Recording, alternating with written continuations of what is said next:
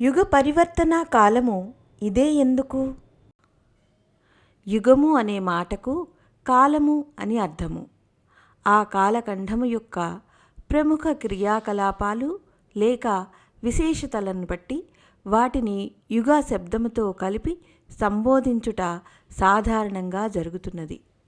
ఉదాహరణకు ఋషియుగము, సామంతయుగము, జనయుగము మొదలైనవి.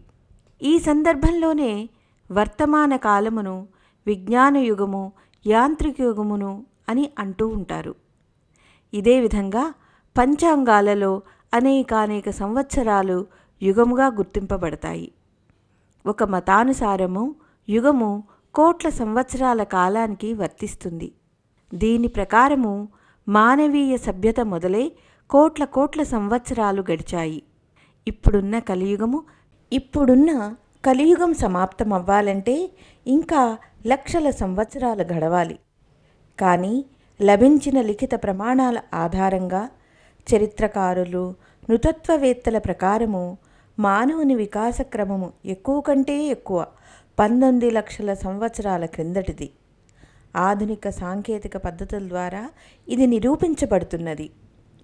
కాలగణన యొక్క ఈ విభిన్న విధి విధానాలు నిజానికి వాటిని వివరించే విధానంలో ఉన్న లోట్లు శ్రీమద్భాగవతము, మహాభారతము, లింగ పురాణము మరియు మనుస్మృతి మొదలైన గ్రంథాలలో యుగాన్ని లెక్కించే పద్ధతి ఏమిటంటే, సూర్యుని పరిభ్రమణ కాలమును 4 పెద్ద ఖండములుగా విభజించి 4 దేవయుగముల కల్పన చేయబడినది. ఒక దేవయుగపు అవధి 4,32,000 సంవత్సరాలుగా చెప్పబడింది. దీని ఆధారంగా ధర్మ గ్రంథాలలో వివరింపబడిన కలికాలము యొక్క సమాప్తి నేటి కాలానికి సరిపోతుంది. సహజంగానే సుస్పష్టమైన లెక్కలు లేక పరస్పర విరోధముగా ఉండే కాలగణన చాలామంది పైన చెప్పిన ఈ కాలగణనను నమ్మలేకపోవచ్చును. అందువల్ల ఇక్కడ యుగము అనే పదము విశిష్ట లక్షణాలు గల కాలంగా చెప్పబడుతున్నది. యుగ నిర్మాణ యోజన ఆందోళన ఈ భావమునే తెలియచేస్తున్నది. కాలము మారబోతున్నది అనే భావన ఇందులో స్పష్టముగా పరిలక్షితమవుతున్నది. చాలామంది ఒప్పుకునేదేమిటంటే 1989 సంవత్సరం నుండి 2000 సంవత్సరం వరకు ఉన్న ఈ 12 సంవత్సరాలు కలియుగ సమాప్తికి, సత్యయుగ ప్రారంభానికి సంధికాలము. ఈ కాలములోనే మానవీయ పురుషార్థముతో కూడిన వికాసము, ప్రకృతి ప్రేరణతో జరిగే వినాశనము, ఈ 2 ప్రక్రియలు తమ ప్రభావాన్ని ప్రతి క్షేత్రంలో చూపిస్తాయి. 12 సంవత్సరాల కాలము వ్యవహారంలో కూడా ఒక యుగముగా పిలువబడుతున్నది. అందువల్ల ఈ కాలాన్ని యుగసంధి కాలంగా గుర్తించటంలో తప్పు ఏమీ లేదు. 12 సంవత్సరాల కాలములో ఒక నూతన పరివర్తన జరుగుతుంది. మనిషికైనా, వృక్ష వనస్పతులకైనా, లేక ఈ విశ్వ బ్రహ్మాండములోనైనా ఈ 12 సంవత్సరాలలో జరిగే పరివర్తన స్పష్టముగా కనిపిస్తుంది. మనిషి శరీరంలో 12 సంవత్సరాలలో ప్రతి సెల్ తనను తాను స్వయముగా మార్చుకుంటుంది.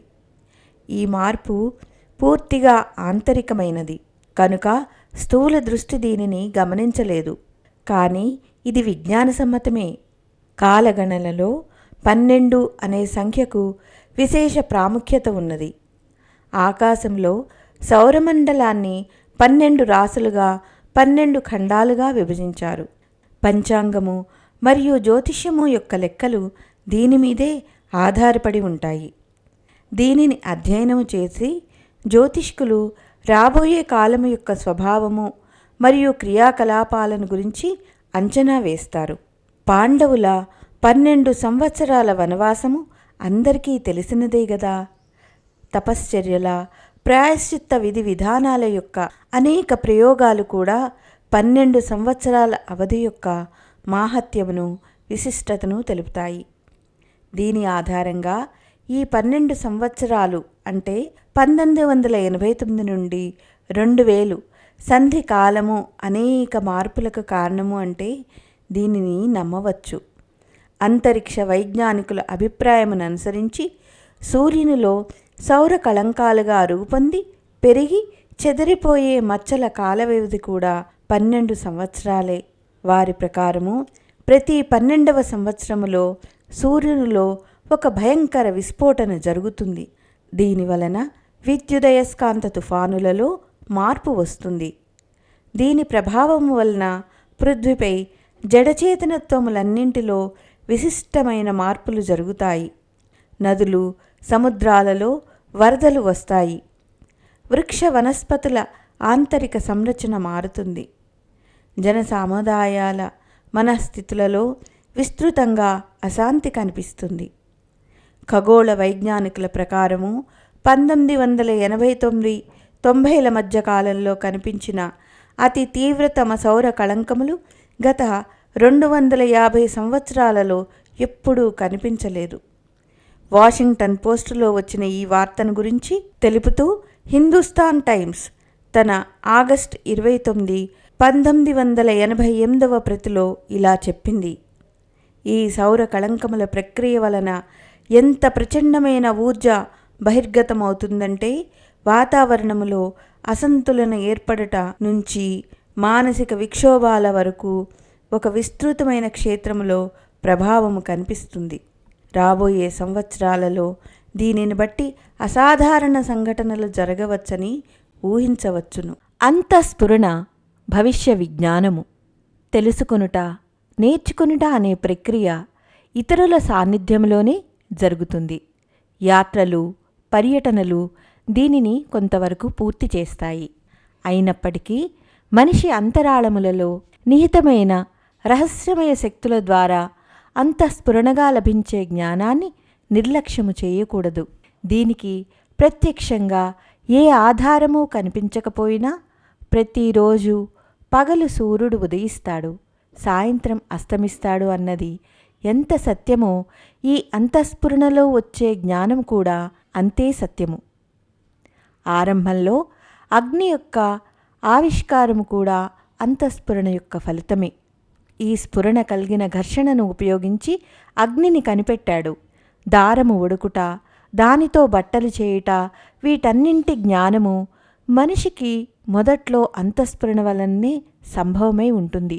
భాష, లిపి, ఉచ్చారణ అవిజ్ఞాతము యొక్క అసాధారణము, అద్భుత పూర్వము అని భావించబడే అనేక వైజ్ఞానిక శాఖలు, ఆవిష్కారాలు అంతఃస్ఫురణ ఆధారంగానే సంభవమయ్యాయి. ఒకసారి ఆధారభూతమైన సిద్ధాంతము స్ఫురించాక దానికి మెరుగులు దిద్దుట, రకరకాలుగా ప్రయోగించుట అనేది సాధ్యమవుతుంది. కానీ ప్రత్యక్షమైన ఆధారమే లేనప్పుడు అనాయాసంగా ఒక వ్యక్తికి ఒక శక్తి యొక్క రహస్యమయ నియమాలు స్ఫురించడానికి అంతఃస్ఫురణయే కారణము.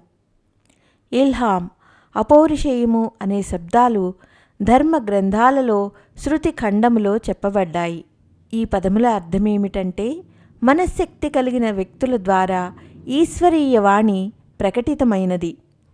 ఈ ప్రక్రియలో వారు పైగంబరులైన, దేవదూతలైన లేక అతీంద్రియ సామర్థ్యమును కలిగిన మనీషులైన వారిని వ్యక్తులుగా కాక ఒక ప్రచండ ఆలోచన ప్రవాహం యొక్క ప్రతీకలుగా గుర్తించాలి. వారి ద్వారా భవిష్యత్తులో జరగబోయే సంఘటనలు తెలుపబడ్డాయి. ప్రతి ధర్మము, సముదాయాలలోనూ ఇటువంటి ఇల్హాంను రహస్యమయ అంతఃస్ఫురణగా గుర్తించాలి. భవిష్య జ్ఞానము, ప్రాఫెసీ, పూర్వాభాసము ఈ వర్గానికి సంబంధించినవి. చెప్పినవి చెప్పినట్లు జరిగితే అవి నిరాధారము కాదని నమ్ముతాము. వాటి వెనకాల సునిశ్చితమైన ఆధారము ఖచ్చితంగా ఉండి ఉంటుంది. భవిష్యత్ కథనం యొక్క ఈ ఆధారము ఏ విద్య మీద ఆధారపడినా దానిని ఆశ్చర్యజనకము, అద్భుతము లేక దైవీ ప్రేరణగానే గుర్తిస్తారు. ఈనాడు వైజ్ఞానికులు కూడా వర్తమాన పరిస్థితులను అధ్యయనము చేసి భవిష్యత్తులో జరగబోయే దానిని చాలా వరకు ఊహించవచ్చని ఒప్పుకుంటున్నారు. ఈ దిశలో భవిష్య విజ్ఞానము అనగా ఫ్యూచరాలజీ అనే ఒక శాఖ కూడా ఆవిర్భవించింది. ఇది భవిష్యవాణిని తంత్రం యొక్క ఒక అంగంగా గుర్తించడంలో అతిశయోక్తి ఏమీ లేదు. ఈ సందర్భంలో ప్రపంచములోని మూర్ధన్య రచయితల అనేక పుస్తకాలు వెలువడ్డాయి. హెచ్జి వెల్స్ యొక్క shape of the things to come, time machine, BF Skinner యొక్క బాల్టన్ 2, బ్రేవ్ న్యూ వరల్డ్ 1984 మొదలగునవి. వీటిని చదివితే రచయిత స్వయముగా భవిష్యత్తును చూచి దానికి పుస్తకాకృతినిచ్చాడా అనిపిస్తుంది. ఫ్యూచరాలజీ లేక భవిష్య విజ్ఞానమును ఇప్పుడు పూర్తిగా విజ్ఞాన సమ్మతము. ఒకప్పుడు వైర్లెస్, మైక్రోచిప్స్, రోబో, కంప్యూటర్, అంతరిక్షంలో తేలుట, ఇతర గ్రహాలకు రాకెట్లను పంపించుట మొదలగునవి ఊహలుగానే భావించేవారు. క్రమక్రమంగా కాలము గడిచిన కొలది ఇవన్నీ సంభవమయ్యాయి. ఏ విద్వాంసులైతే కంప్యూటర్ను ఉపయోగించి లభించిన సమాచారమును బట్టి భవిష్యత్తును గురించి వ్రాసారో వారు రాసిన ప్రకారము నేటి ఈ ఆలోచనలు భవిష్యత్తులో జరిగితే ఆశ్చర్యపోవలసిన అవసరం ఏమీ లేదు. దీనికి కారణాలు వివరిస్తూ మనిషి ఏమంటాడంటే, ప్రవాహము ఎప్పుడూ ఒకేలాగా ఉండదు. దానిలో కాలమును బట్టి హెచ్చుతగ్గులు వస్తూ ఉంటాయి. గాలి ఒకసారి తుఫానుగా మారితే ఇంకొకసారి చక్రవాక రూపము ధరించవచ్చు. ఇటువంటి సంభావనలను దృష్టిలో ఉంచుకొని Gunther Stent, Fritjof Capra, Alvin Toffler అనేటి రచయితలు వారి coming of the golden age, the turning point మరియు ఫ్యూచర్ షాక్ అనే పుస్తకాలలో 21వ శతాబ్దపు ఆరంభమును విస్తృత పరివర్తన కాలముగా వర్ణిస్తూ రానున్న కాలములో సుఖ సమృద్ధులు, శాంతి పెరుగుతాయనడి సంభావనలు తెలియజేశారు. ఈ సందర్భములను, తథ్యములను, భవిష్యవాణులను తెలియజేయటంలోని ఏకైక ఉద్దేశము ఏమనగా, రానున్న కాలము భయానకము కాదని, కష్టములతో నిండినది కాదని, సుఖమయ భవిష్యత్తని విశ్వాసము కలగజేయుటయే కాక నేటి వర్తమాన బాధాకర పరిస్థితులను చూచి ఊహించిన రీతిలో 21వ శతాబ్ది ఉండదు అని తెలియజేయుట. ఈ ఆశ యొక్క మూలాధారము మానవుని యొక్క అంతఃస్ఫురణ లేక భవిష్యత్తును ఊహించగలిగడి దివ్య సామర్థ్యము. దీనిని ఏ వ్యక్తి అయినా తనలో జాగృతము చేసుకొనగలడు. నేటి భవిష్యత్తును గురించి వ్యక్తము చేయబడడి ఉజ్వల సంభావనల యొక్క ఆధారము ఇక్కడే ఉన్నది. పరోక్ష జగత్తులో జరుగుతున్న క్రియాకలాపాలు, విస్తృత స్థాయిలో చేయబడుచున్న ప్రయత్నములు, పురుషార్థములు ప్రత్యక్షముగా దృగ్గోచరము కాకపోయినను వాటి పరిణతి ఖచ్చితంగా సుఖప్రదమే. చాప్టర్ 19. వైజ్ఞానిక ఆవిష్కారములు కూడా అంతఃస్ఫురణతో జరిగినవే. అనేకానేక ఆవిష్కారములపై దృష్టి సారించునుచో వైజ్ఞానికులు అంతఃకరణములో వీటి స్వరూపం యొక్క రూపురేఖలు ఒక అంతర్బోధనగా వారికి స్ఫురించిందని తెలియచున్నది. దాని పరిణతి ఒక చిన్న ఆవిష్కారంగా రూపుదిద్దుకున్నది. క్రమక్రమంగా వానిలో మార్పులు చేర్పులు ద్వారా నేటి విజ్ఞానము ఈ ప్రగతిశీల స్థితికి చేరుకున్నది. కొన్ని ఆవిష్కారముల గురించి తెలుసుకుంటే ఇది ఇంకా స్పష్టముగా అర్థమవుతుంది. న్యూటన్ గురుత్వాకర్షణ సిద్ధాంతమును తెలిపి విజ్ఞాన జగత్తులో ఒక విప్లవమును తీసుకువచ్చాడని అందరికీ తెలుసు. ఒకరోజు ఆయన ఏదో ఆలోచిస్తూ కూర్చున్నాడు. ఒక యాపిల్ పృథ్వీపై పడింది. ఈ సంఘటన ఆయన అంతఃప్రజ్ఞలో రకరకాల ఆలోచనలను కలగచేసింది. ఈ పండు పృథ్వీ మీద ఎందుకు పడింది అని ఆలోచిస్తూ ఉంటే పృథ్వీలో చాలా ఎక్కువగా గురుత్వాకర్షణ శక్తి ఉన్నది కనుక అది వస్తువులను తనవైపు ఆకర్షించుకుంటుంది అనే అంతర్బోధ కలిగింది. కిశోరావస్థలోనున్న జేమ్స్ వాట్ మరుగుతున్న నీటి నుండి వచ్చే బాష్పం వల్ల గిన్నె పెట్టిన మూత పైకి కిందికి కదలాటుట చూశాడు. ఈ సంఘటన ఆయన అంతఃసామర్థ్యమును నిద్రలేపింది. తద్వారా బాష్పశక్తి యొక్క సిద్ధాంతము వెలువడి అనేక రైలు బండ్లను నడుపుటయేగాక ఒక పారిశ్రామిక విప్లవానికి బీజాలు పడ్డాయి. ఫ్రెడరిక్ బెంజీన్ సంరచన గురించి ఆలోచిస్తూ స్వప్నావస్థలోకి వెళ్ళాడు. ఆయన ఒక సర్పము కుండలీ ఆకృతిలో కూర్చుని ఉండి తన తోకను తనే కరుస్తున్నట్లు చూశాడు.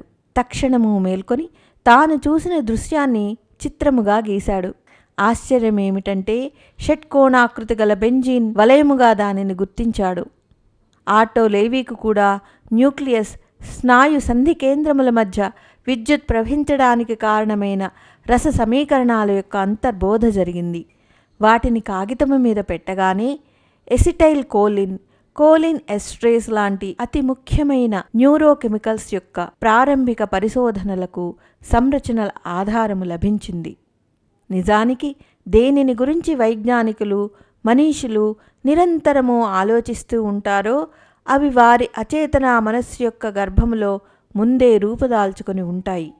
కొన్ని అంతర్బోధలుగా, కొన్ని స్వప్నములుగా, కొన్ని అంతఃస్ఫురణలుగా వికసించిన చేతనత్వము గల మనీషుల మానసములో బహిర్గతమవుతాయి.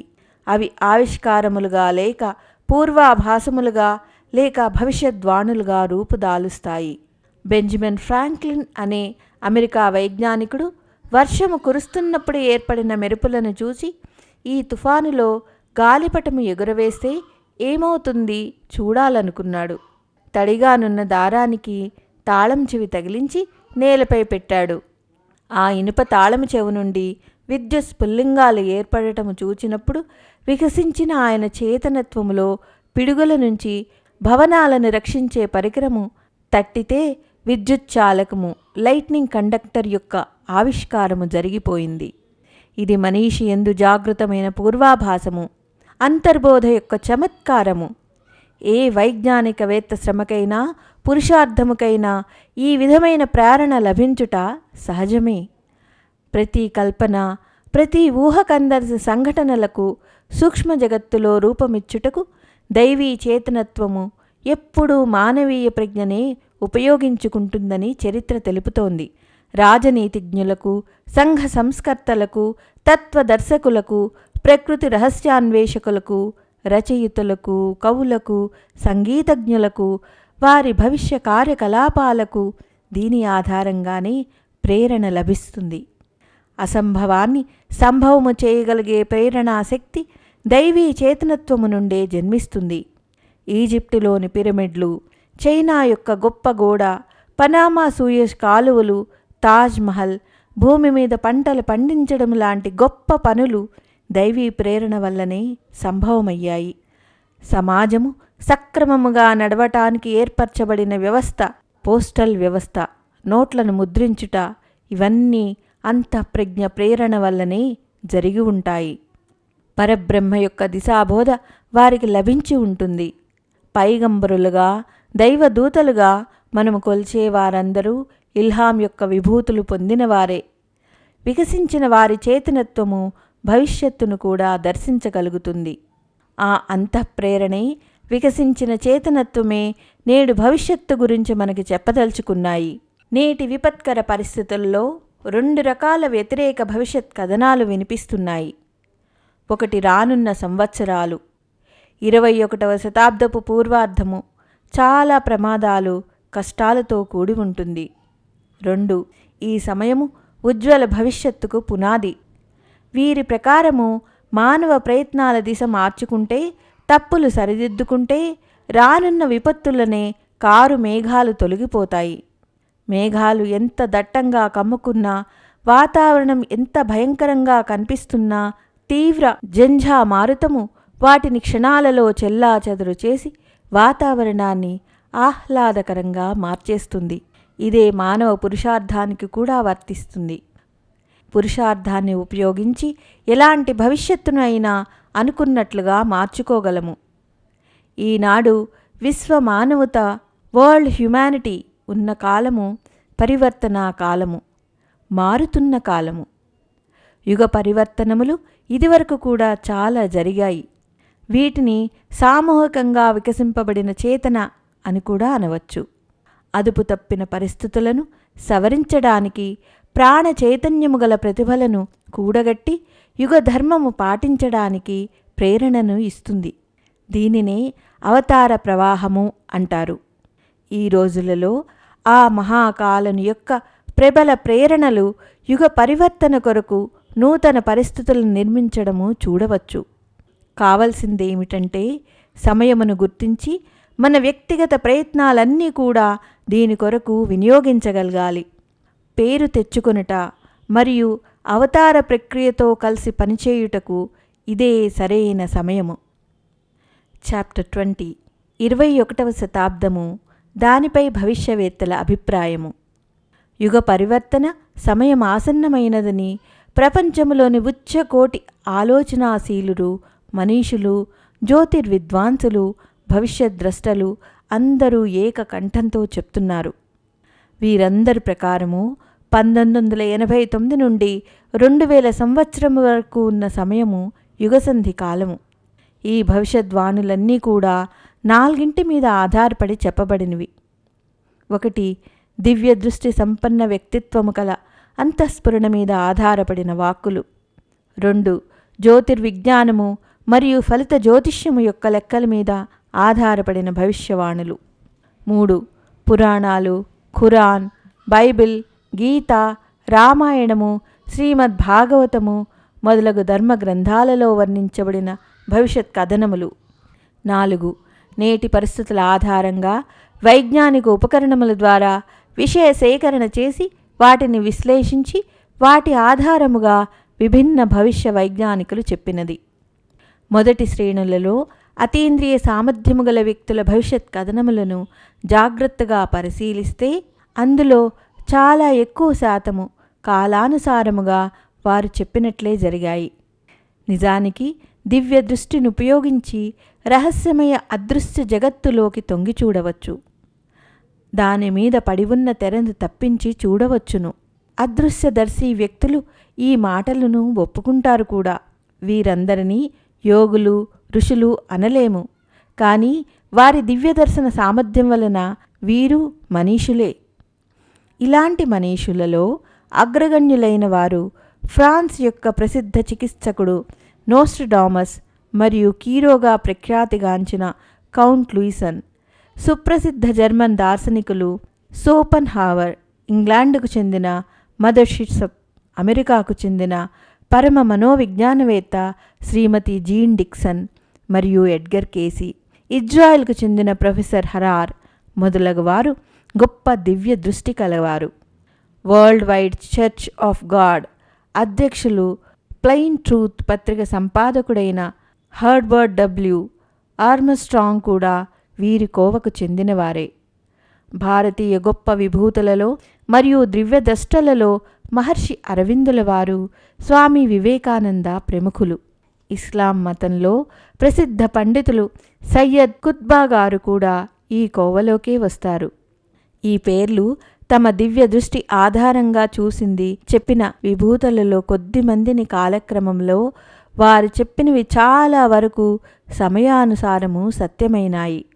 నోస్ట్రడామస్ దివ్యదృష్టి కలిగిన భవిష్యద్వక్తలలో అతి ప్రాచీనమైనది, ప్రముఖమైనది. ఆయన పేరు ఫ్రాన్స్ యొక్క ప్రసిద్ధ చికిత్సకుడైన నోస్ట్రడామస్ది. ఆయన 1503లో జన్మించారు. 1559లో చనిపోయారు. వారు చెప్పిన 400 భవిష్యత్ కథనాల సంకలనం సెంచురీస్ అనే పుస్తకము అనేక ఖండములుగా ప్రచురింపబడినది. 15వ శతాబ్దము నుండి 2037 వరకు జరిగే సంఘటనలను ఆయన భవిష్యద్వాణులలో చెప్పారు.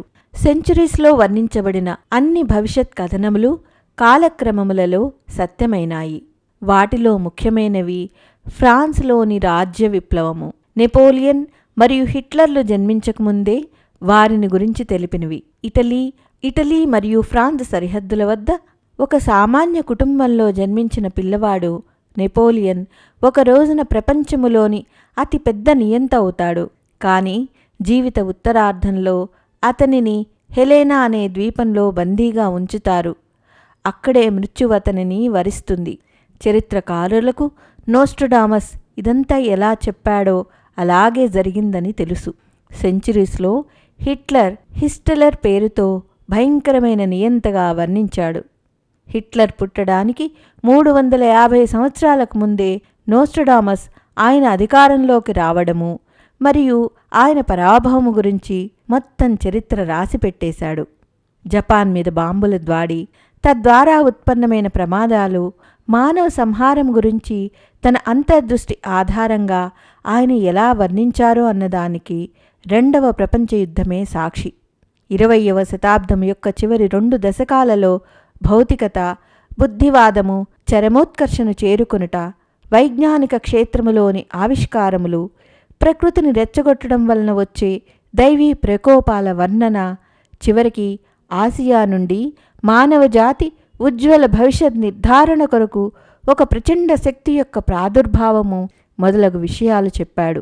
బుద్ధివాదము పరాకాష్ఠకు చేరుకున్నాక భక్తివాదము, శ్రద్ధా సంవర్ధన యొక్క ఒక పెద్ద శాంతిదాయకమైన తరంగము వస్తుంది మరియు యుగ పరివర్తన జరిగి తీరుతుంది అని నోస్ట్రడామస్ చెప్పాడు.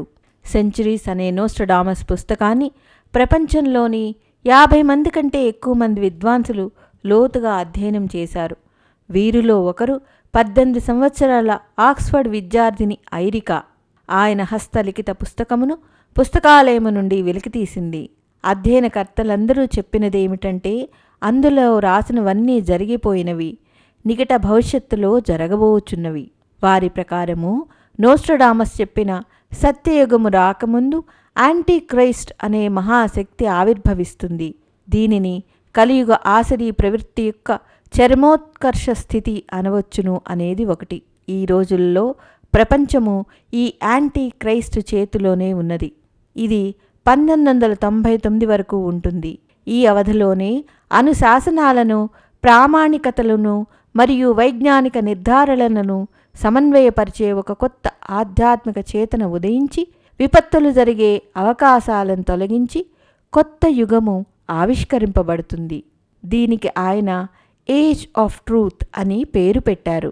తన భవిష్యద్వాణులలో నోస్ట్రడామస్ సాంస్కృతిక దృష్టితో సమృద్ధమైన భారతదేశం ఒక మహాశక్తిగా ఆవిర్భవిస్తుందని తెలిపారు.